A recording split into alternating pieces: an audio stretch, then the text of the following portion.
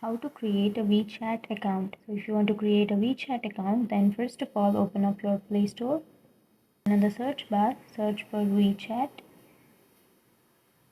and make sure to install this application, and after installing open up your Wechat. And now to create a Wechat account, tap on sign up.